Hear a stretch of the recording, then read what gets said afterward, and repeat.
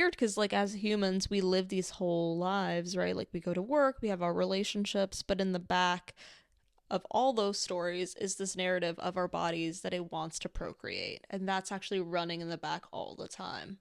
We've decided to distract ourselves with a bunch of other things, but that's the body's number one purpose on some level, keeping us safe and procreating itself.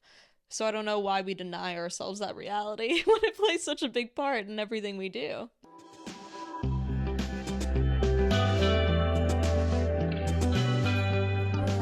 Hello, I am Hayden, your host and licensed mental health therapist, Cancer Moon, and the first to get deep at any party, and this is the Evergreen RX. Today I am joined with my wonderful friend, Roxy. She is joining us to talk all about periods, not just the bleed, but everything else in between, how it impacts emotional, physical, mental well-being. Roxy is also a licensed therapist. We work together at the same practice in Austin, so I know some of how she's kind of incorporated this knowledge of periods into her work as a therapist into, you know, her life in general. She's asked me a couple times where I'm at on my cycle, and so I think she's got some good stuff to share with us. I'm always tracking. Always tracking, yeah. She's like, I know where you're at right now. Yeah. Like, I don't even. Okay, go ahead. So we're just really hoping you guys walk away with information on the 4 phases of the cycle, a little bit about how it impacts you, and also just kind of what to start to become aware of so that you can track it in your own body. Because I think one of the things we run into a lot with learning about the cycle is, one, just the barrier to like even knowing anything about it, because we only ever hear about the period. But also really being able to tune into how each phase shows up for you specifically. You know, so we'll talk about that, and we want to talk about how to kind of cater your life in a way that's possible to making these phases a little bit easier. And we'll talk about birth control. We'll touch on that and some of the ripple effects that has on connecting with our body and our cycle. Yeah. Okay, so Roxy, hello. Yes, hey. You want to start by telling everybody a little bit about each of the phases? Sure. So we'll be talking about a 28-day cycle, which is an important note because our world is not set up for a 28-day cycle. We've been set up for a 24-hour cycle, right? The expectation is you show up the same way every day, but a female body does not work like that. We are kind of seasonal. I like to compare it to Mother Earth, right? Mother Earth has 4 seasons, and we kind of have 4 seasons as well. So the first where we're going to start is the menstrual phase of our cycle, which I like to compare to winter. It is a time that many don't per se enjoy, but some do. Progesterone drops, estrogen drops, our energy levels often drop. You kind of want to be spending that time doing more introspective activities, nourishing your body with warm foods, self-care. It really is like a winter hibernation type of vibe and period, right? Yeah. So if our world was structured in a way that was conducive, this would probably, we'd just not work. Yeah, or work less, or work from home very cozily, reduced hours. Yeah. Maybe less social meetings, right? Maybe more research, or like being able to dive deeper into something. Yeah, that was something that we were talking about before we hit record on, you know, during this time, your like energy field is so much bigger. Yeah. So picking up on other people's moods and what people are bringing in is like even more heightened. For sure. So even knowing for yourself, who do I feel safe spending this like more vulnerable time with? Am I gonna go to a party where I don't know anyone while on my bleed? Depends on where I'm at, but probably not if I'm being a bit more sensitive and I'm more particular about who I want to be surrounded with. Like being mindful of that, knowing how you can show up or how you can't in that moment. Yeah. Okay, so that's day 1 through 7. If supposedly, you're having, if you're regular. Yeah, a regular cycle, which like amazing God bless if you're you really if you on that are. 28-day cycle. Okay, so then where are we at next? Then we're gonna go Post-winter. spring. Spring. Follicular phase. That's the female's equivalent of springtime. Follicular phase. Mm-hmm. And it's kind of when we start getting the hormones of selecting an egg for us to drop later on. Jeez. I know, it's exciting. Egg, spring, kind of like Easter. I don't know. Yeah. We see the connections there. And that's when the progesterone and estrogen starts to rise again, and you might start feeling that energy level pick back up. Yeah. Right. So then you can kind of like, I know one of the big things, which I'll just throw this out here now, I made like a little Pinterest board of like some infographics. Cutie. And yeah, so I'll have that linked if you want to like kind of look at this in a visual manner, because there's like a lot of different things on Pinterest that are basically all saying the same things about these 4 cycles, but sometimes the formatting is a little more conducive. Like I like the seasonal kind of approach a lot more. Yeah. But what you'll see on a lot of these is like exercises to do, which I think is helpful. In some ways it bothers me a little bit, but this would typically be like your spring time is more like you would be doing like more cardio or a little bit like a brisker walk. Yeah. Maybe like a more intense yoga flow. I've seen a lot of people recommend more intensive breath work during this time. Oh, cool. Yeah. Because also breath work can be super energizing, right? So like as you're riding that wave upwards, it's nice to further stimulate that with breath work. Eating fermented foods, fresh foods, more like raw, bright foods. Mm-hmm. It really gives springtime, doesn't it? Yeah, really. It's kind of easy to remember when you think about it that way. It's like, yeah, what is kind of going on during spring? Are you going to eat like a crudité in fucking winter? Like, I don't think so. You're eating something warm and cozy in wintertime, and then something more bright as like your energy levels rise.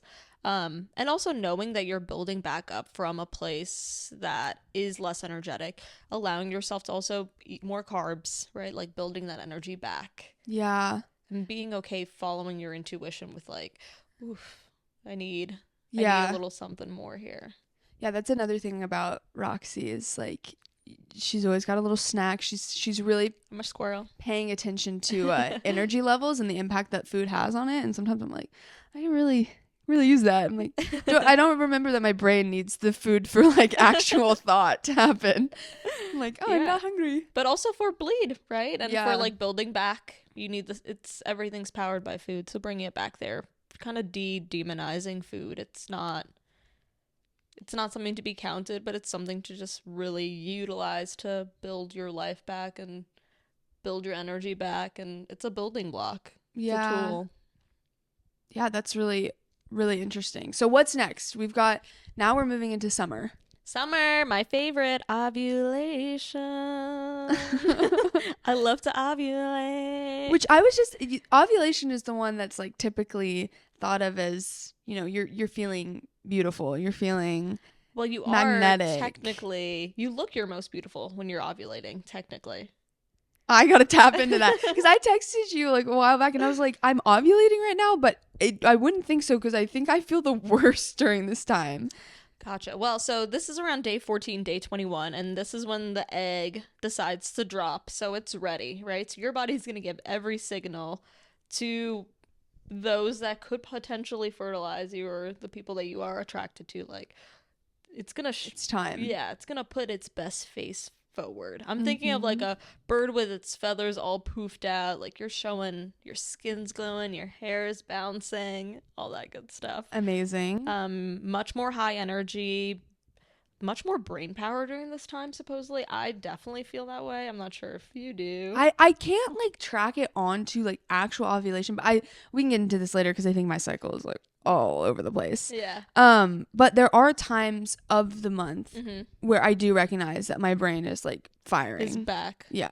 I'm like, I always think I'm like, oh, I'm growing up. My prefrontal cortex is coming online, and then it just drops the next week, and I'm like, no, just higher levels of estrogen, progesterone. Pump me with it, please. Yeah. Like, oh, I love that. Yeah, so this is like people are gonna be more social. Like this would be the time, like join a new group or like go to a party with a bunch of strangers. Yes. Like go on dates. Yeah, higher sex drive. They recommend eating more like colorful foods, higher protein foods, just like it's giving summer, high in fiber, high in omega 3s, doing the more high impact workouts during this time. So if we're doing brisk walks in spring, then we're jogging, we're sprinting in the summertime. Yeah, Yeah. yeah. I love that. So I think what's so interesting as we're going through these, like the more we're talking them out, it like really starts to highlight like how much connection there is to the actual season. Yeah, We isn't were it like, wild? that's exactly how summer feels when you're in summer. Yes. You're like a little more like tan, maybe. You've been out in the sun, like you've Even got just talking about it, I'm feeling it. yeah, right. Maybe because it's also like Yeah. beautifully sunny outside, or like it feels like that now. But Yeah. okay, so last phase prior to the bleed coming around again. Luteal, which actually the menstruation is part of the luteal phase. So Okay, cool. that menstruation is just like the second half of it. But the luteal phase is kind of like the fall, and we'll see those hormones start to fall back too. Like the estrogen and the progesterone. There's also different ones that come up. Like when we're ovulating, our testosterone is much higher. So and cortisol also peaks during different parts of the cycle as well. Yeah. But we don't per se have to get into that right now. But that's something to consider as well. You might feel more anxious during this time, for example, during the luteal phase. I must be at that. So basically what happens is if the egg hasn't fertilized, the body is like, oh, we're going to drop this now. Like, we don't need to spend the energy to kind of keep this alive and nourish it. Because your body spends a lot of energy also during the ovulation phase, basically making a liquid to keep the egg alive and keep the sperm alive and like nourish the sperm and all that. So there's a lot more energy that's being spent down there. So when the body senses, oh, I don't need to do this, it drops the egg, right? And then we kind of start going into like that pre-menstruation phase. Yeah. So you're starting to slow down. Yeah. Do, lighter, little gentler movement. Yeah, some more like yoga versus like, like a HIIT workout or something like that. You start craving more sugar because you've expended all this energy. You might start having some mood swings because it's harder to regulate your blood sugar during this time too. So this is what's thought of as PMS. Yes. This is the phase. Yeah. This is a time to kind of like just reflect and focus on really simple things, right? Like not making any rash judgments. It's kind of like the classic of sometimes anxiety has something to tell you and something anxiety is just anxiety, right? Yeah. Like maybe not to make any rash decisions during this time. Yeah, and eating like very regular balanced meals, knowing that right now your blood sugar may be a little bit more up and down. So you want to be diligent about food intake. I feel like it's tricky too because I don't know about you, but I feel like my appetite fluctuates a lot during like the whole cycle, but especially the pre-period phase, I do feel like my appetite kind of goes away a little bit, which is, I know a lot of times people will tend to be like, what's the feeling you feel during that phase? Like with my appetite? Just like, not with appetite, but just in general. What's a feeling that might come up for you during that time of the month? I feel like I'm like having a test. You are. Like, I'm testing you. I don't know. Maybe more anxiety. Yeah. So sometimes anxiety can kind of give the body the signal, right? I'm not hungry, even if you are. I've never thought about that. Yeah. Because I've only ever noticed that when it's like extreme anxiety where I'm like, okay, I feel like tight in my stomach. So of course I don't want to eat. Yeah. But more subtle, it's like, just, those links never get put together. Yeah. I feel like. I think even when we're talking about like what is happening with like the actual egg process that you've kind of outlined and all of the ways the body is responding to that is so interesting because we're only ever thinking about when the actual lining is shedding. Yeah.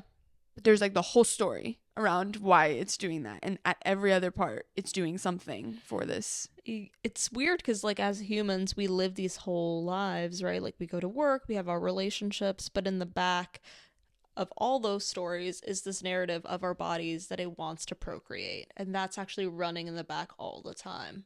We've decided to distract ourselves with a bunch of other things. But that's the body's number one purpose on some level, keeping us safe and procreating itself. So I don't know why we deny ourselves that reality when it plays such a big part in everything we do. Yeah. Yeah. Okay, wait, remind me what you majored in. Why? It was some science, wasn't it? Chemistry. Oh, So chemistry. it's not related to this. It's not related, but you're sciencey. I'm sciencey, yeah. Yeah. And both my parents are microbiologists. I don't know if that helps. Yeah, I think that adds Yeah. context. So you're genius. No. Yeah, you are. Do I sound smart right now? Yeah. Okay, so any other notes you want to add on to the 4 phases? I think that having an awareness, right, of like where you're at can help you kind of tailor and maybe also like tailor your life to that moment, like bringing yourself back to your body, being present with what's going on, not only with like your thoughts, your feelings, but also maybe just like this other program that's constantly running that we might have ignored or we're so used to that we don't bring it to the forefront anymore. Yeah. I think it's just the awareness that you're talking about, like just bringing that into context with what is going on in the rest of our lives. Because I think, we talk about this with work. There's this feeling with anybody's job, but, we talk about it in the context of being a therapist that you need to be on all of the time. Yes. Like every session you have, every day of the week, every week of the month, like, and holding yourself to the standard of like those best sessions that you have. And that's just not always going to be possible. Yeah. And especially when you're adding in like being somebody that does like go through a cycle. And I mean, because I think men have their own version of hormonal fluctuations, but not like this. It's a little different. Anybody that experiences this, there can be like a lot of judgment around like, why am I not working off of the go, like constantly producing, constantly being at the top of your game kind of like workflow. I get tired just hearing you even talking about it because it's so unrealistic. Yeah. Right? Like that mindset, that hustle mindset is so built on this idea that you go to sleep and you're fully recharged, that you run on a 24-hour cycle, but that's not how the female body works. That's basically, it's been established based on the male body and their response. They regulate every night. We regulate over 28 days. That's insane. That's an insane difference. Yeah. Yeah. So this kind of brings me to something I want to talk about, which is like how each of these phases and these constant fluctuations that happen over, an entire month, how they impact our body and like the perception that we have of ourself and of our body, because it's always changing. It's constant. Yeah. Because it'll come back, like I think that's part of the trick is like when you're ovulating, you might like feel really good. You're feeling really comfortable in your body. And then that goes away. But then all of a sudden it's back again. And it's can be easy to start thinking like, what did I do then that I'm not doing now that made me feel better? Or what workouts was I doing that, I felt like my body looked better. And then I lost it. It's like, no, it was there for a little while and then it came back a little later because you're back at that part of your cycle. Like, yeah. So how do you think that impacts our perception? And I know you work with clients a little bit too on having this awareness. I think it's being able to manage your standards for yourself at different times of the month, right? Like, and also knowing if you do know that you feel better about yourself during that ovulation period, then maybe that's around the time that you do those activities that feel more daunting for you, right? Or when that week before your period, that's a hard time of the month for you, to kind of pack in some extra self-care, right? It just takes some extra planning to keep you at least around baseline of like feeling good. Yeah. Because you can add things in to kind of help mitigate some of those stressors.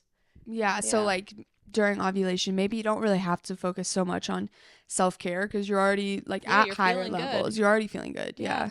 And if you think of like life in sections, right? Like if you have like the social section, the spiritual section, your environmental section, or whatever, your physical section, really spending that chunk of the month there being more social, expending more energy, like pre-planning that. Whereas maybe in the section where you feel more like you want to isolate, that's like a time when you recharge by like reading or doing some like intellectual pursuits or journaling more. But like you still get to feel like you're accomplishing things, but they're just different types of things. Yeah, I think there's so much to kind of normalizing that and, like we're saying, bringing it into the forefront of our awareness, because I know, I struggle with this, and I see a lot of people like online talking about too, like that idea of, why do I pick up a hobby and get really excited about it, and then I put it down and I don't do it again, or that's funny, like things like that, where it can be very hard to think like, oh my God, I was doing this so much for like a week and then I just stopped. Yes, and then people call it like a hyperfixation. But it's almost like you got to treat yourself as like 4 different people. Maybe that version, the version that ovulates, right? That's the part of you that's really into that more high intensity activity. But maybe the person, like, while you are in your more like luteal phase or follicular phase or whatever it may be, that's the person who likes to do that knitting thing that you picked up for that random week and were obsessed with. Oh, yeah. I love that. Yeah. That's really helpful. I mean, just kind of looking at each of these different parts of us, or if we imagine them as like these little, personalities, like, who's that girl? Like, I don't remember that girl from 3 weeks ago. Like, she's coming back. Like, mister. Yeah. And even you might have different friends that you reach out to during different parts of your cycle, right? Ooh. Oh, I love that. There's certain friends that like you are more comfortable being that more emotional person, whereas some of your friends value you when you're like more high energy. So honoring that too. Doesn't mean that they're not good friends, but it means that there's certain times when you are more likely to feel connected to them. Yeah, kind of what your connection is based off of too. If you have somebody that's a friend based around a hobby, then it is going to be, and if that hobby is something like, some kind of workout, you might only see them at certain points. Exactly.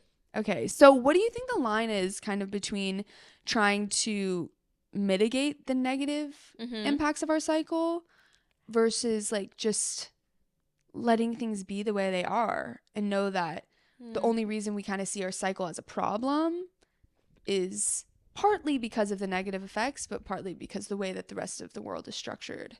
Where is that line? Yeah, it's tough because we do live in the world that we live in. So it's kind of just picking your battles, right? If taking something out of your life is hard, maybe it's adding something in instead, right? Like, oh, I have to go to work and my work is high energy. Like our job, for example. It's not like we suddenly get to decide, oh, I get to take the week off, or like, I don't get to do my best, right? But knowing that maybe afterwards you need some extra stuff in place, like a warm meal or a phone call with a close friend or journaling, right? Like doing the extra little bit. Yeah, not expecting the same output out of yourself all the time. And managing that piece too, like your expectations for yourself. I don't know if you've ever heard of the astrologer Chani. Have you heard of her? No. She has like a podcast. It's called The Astrology of the Week Ahead, and just like a really famous astrologer.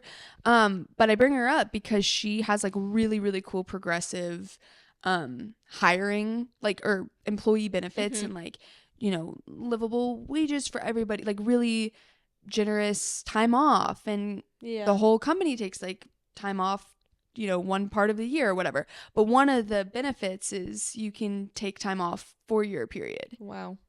Which is like crazy. It's like she's talked about that she gets like a lot of hate from like business bros online because they're like, this is not sustainable. You can't have a successful company. And she's like, sustainable running yourself into the ground too. Yeah, well, fair point. I guess it's easy for a 24-hour cycle person to be like, just sleep and sucker through it. Yeah, sucker through it. But I think it's so interesting because that's such a radical idea kind of right now. But hopefully that'll become more and more of a thing too. It's interesting too because like our work output is also expected to be the same through all the seasons of Mother Earth. Yeah, and which is crazy. Is that a valid expectation of all humans? Yeah. So I wonder, like, we've already touched a little bit on different exercises and different foods, things like that. But I wanted to touch on seed cycling a little bit because you hear about this a lot. Have you heard about seed cycling? What kind of seeds? Like, it's like pumpkin seeds, flax seeds. No, I have not. Sunflower. Yeah, so there's a video that I can also link below that I kind of learned about this from too. It's this YouTube girl, Hitomi, and I mean she didn't come up with it, but she was just sharing about it.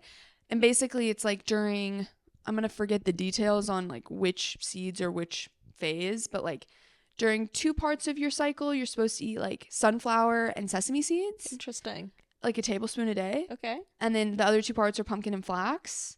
I wonder if we looked up those seeds, like when they're harvested, if they match up with. Oh, that would be fascinating. Because I know that it's that they naturally have like progesterone and estrogen in them. Interesting. So it's to help mitigate those levels. Right. So I tried that for a little bit. And I would put my seeds on my yogurt. okay. I don't know if I noticed much of a difference. How long did you do it for? A couple months. That's a long time. And I don't know if it's also part of the thing that we will touch on in a little bit on like my cycle just doesn't really seem super easy to figure out. Yeah. So that might have been part of the issue, because I can imagine it would maybe make things a little worse if it was the wrong seeds at the wrong time. Possibly. I also wonder too if we look at those phases of the cycle, right? Being more high energy, lower energy, more introspective, all that. Who you are naturally as a person, right? You mentioned Cancer Moon. Yeah. Maybe being more high energy feels a little different for you, or doesn't feel as settling as it does for other people. Yeah. I'm a Sagittarius, so for me it's like high energy, high yes. I love it. Yeah, that's interesting. I love like adding in more of that context too of like, you know, I love astrology. I love, you know, there's like Myers-Briggs, there's like your Enneagram, your, you know, human design, whatever the hell. And that's all like stuff that we kind of relegate to like the personality. But especially like astrology, which I know better than some of those other things, informs a lot of what activities we're drawn to, like what kind of jobs we would want to do. So that would kind of stand to reason that then it goes to like what our natural energy is like, what our predisposition to, you know, where we feel more comfortable. Yeah, exactly. Yeah. And that would have like an impact too. Because I think it's hard, like if you're thinking about trying to learn more about your cycle, it'd be like, well, let me talk to my friends and learn about theirs. And yeah, such an individual experience. Right. So this is a point where I kind of do want to touch on not being able to track your cycle well, largely often due to birth control. Yes. What do we do about that? Depends on the type of birth control you're on. So if you're on a non-hormonal one, then you can just track it normally. But if you're like on Mirena, you can actually, and you usually don't get your period when you're on Mirena. That's hormonal? It is very light hormones. And it's an IUD? Yes. Okay. But once it's been in for 8 months, I believe, then you can use your basal temperature to figure out when you're ovulating. So at least you'll know when you're ovulating, you'll be able to map from there. Okay, yeah. So if you don't get your period, you can go and basically your basal temperature is higher when you're ovulating. So because your progesterone levels are the highest, and progesterone also mitigates how, like, your body temperature. It's very related to that. So when you have a higher level of progesterone, which peaks during ovulation, you have the highest body temperature of the month. So it's you can track it through that. So even if you don't have your period, you would still have that fluctuation? Yeah, I think for me, and I guess you can tell me maybe if you had any ways, or like when you started to really tune into this, what helped you with figuring out where you were at? Because part of it, I feel like there's some resistance to like paying a lot of attention to it too. Why? I don't know. I've talked to other people that are like, I try to track my period and like I just can never stick with it. I think the apps suck. So many of them suck. I don't know if you have one that you like, but like the symptoms that you can select on there are usually really limited and weird. And like, I don't know. I think that there is some kind of resistance, and I haven't really figured out where that comes from. Yeah. And I don't think I'm alone in it. It's so interesting. I guess for me, it affects me socially so much that once I stopped fighting it, it made my life way better. Like just knowing what I could expect from myself and what others could kind of expect from me, that it was very helpful. So I guess the resistance kind of fell away once I kind of tapped into that. What does that look like when you say like you tapped into the social side of it? So for me, it's like, I know I can't drink if I'm already feeling a little sad, you know? And being a, a reformed party girl, I kind of just like was really getting down on myself that I wasn't able to show up the way I could at different parts of my cycle, right? Like I was like, why do I feel so good sometimes and not so good other times?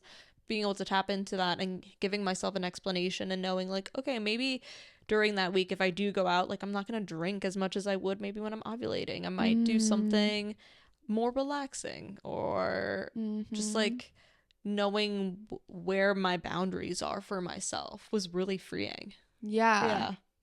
But it was really being expressed how I interacted socially, and that's a big part of how I see myself and my values, that it felt important enough for me to notice and pay attention to. Yeah, that's a good avenue, because I think, again, the most common way you hear of tracking is like either like kind of what fluid is coming out of you, which I think that can be impacted by a lot of things. There's mysteries that come out. There's mysteries. There's unknowables. Yeah. And then the other thing is like energy level. That fluctuates a lot for me too. So. And you have to kind of have something to like bounce that against, almost like social settings like is like a way to gauge what your energy level is actually like, because of like what it feels like inside your body when you're in those moments. For sure. And you're socializing with people. It's like work, because it's so routine and like our life is built to be very much like day in, day out, same thing. Yeah. It can be harder to notice like more of the subtle changes. For sure. So I guess when it comes back to tracking, just also maybe start counting starting with the first day of your period and like when it ends. Yeah. So you'll at least know when you're in the menstrual phase if you get a period. And you'll have an idea when you're starting that next phase. So at least you'll know like the end of your menstrual phase and the start of the follicular phase. And also, I don't know if you know this, because like you I'm like Dr. Roxy. Yeah. People that don't get a period, do they still have like faux symptoms? Menstrual cycle? Like, I don't know. I think it depends. Phase? I know people who have the Mirena do still get like a phase. Yeah. Because if you said it's like the kind of second half of the luteal. Yeah. So I can imagine that it's just more of kind of that same, you're not feeling super high energy and more of the mood fluctuations and stuff. Which that I think needs to be normalized a lot more too, because I think it'd be very easy to be like, I don't get my period with my birth control, so like I don't have like a period, meaning like basically any of the negative effects. Which it's like, no, you definitely still have hormonal fluctuations. And you have other hormones that are now in there too. Yeah. Which is a mess. Confusing your body. Yeah. Crazy. Yeah. So this has been really interesting and informative. I think we can kind of walk away with a lot from this. And I wonder if you have any last like little tips or PSAs or like anything you'd like. I think the one thing that we didn't really get to chat about that could be of interest to the people listening, all the people listening, is the where your period lands, or your menstruation lands in correspondence with where the moon is at. It's kind of an interesting topic. So if your period begins during the new moon, you are thought to have a white moon cycle, which means that you kind of focus your energy more outwardly. So it's like you're nurturing your friends, you're nurturing your family, and typically those women were more supported by just society at large, whereas women who started their periods on the full moon were considered red moon cyclers. And drama. Yeah. They actually were considered like more witches, more independent thinkers, and a lot of their energy was directed inward. So you're in a time of like self-actualization, usually when your cycle syncs to that. Yeah. Yeah. And you were saying it can switch too. It can. Well, periods of stress, right? Like your cycle is not always very regular. So say you're going through a big life change, your cycle might switch up. Yep. And sync to a different moon cycle. Yeah, to That'd kind of be match. really interesting to map things to that and kind of For see where you're sure. at. And I know during grad school I was bleeding during the full moon okay, so every that's time. like nurturing, right? That's the No, one. that's the self-actualization Oh, one. okay, you were the red moon witch. Yeah. It's funny too because when you are starting your period with the new moon, so like that white moon cycle, you tend to ovulate with the full moon. And so you're also more in sync with Earth because technically the full moon is like when Earth is more fertile, Yeah. just like with the cycles of when things grow and all that. So yeah, both have benefits. Very cool. Yeah, because also the female connection to the moon and like that's seen, divine feminine and For sure. more already like those qualities. And even we call our cycle like our moon cycle. Mm-hmm. So it's interesting. I love saying that. I want to normalize that My more. moon. When people are like, "What's going on?" Well, I'm on my moon. Like, I love it. Yeah. Okay, well that is so cool, and thanks for the fun little fact and all the information that you shared. Thanks for having me today. Yeah, follow along and tune in for more conversations on wellness, spirituality, the moon, Yay. all things like that. And I'll catch you in the next one. Bye. Bye.